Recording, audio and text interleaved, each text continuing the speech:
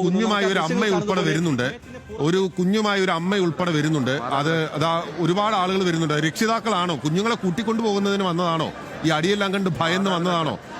ഒരു ചേച്ചി അവിടെ കരയുന്നത് കാണാം.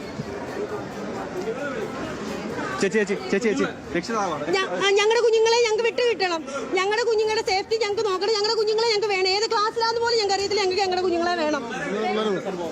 ചേട്ടാ, ഇവിടെ UDF അധികം ഇടിച്ചു കയറിയൊക്കെ ചെയ്ത് ആ ചോറ് വരെ കുഞ്ഞുങ്ങളുടെ അടുത്ത് കളഞ്ഞിരിക്കുകയാണ്. ആ പിള്ളേരെ വിടണം. രക്ഷകർത്താക്കളും മറ്റ് പാർട്ടി ആൾക്കാരും ഒക്കെയാണ് ഇവിടെ എത്തുന്നത്.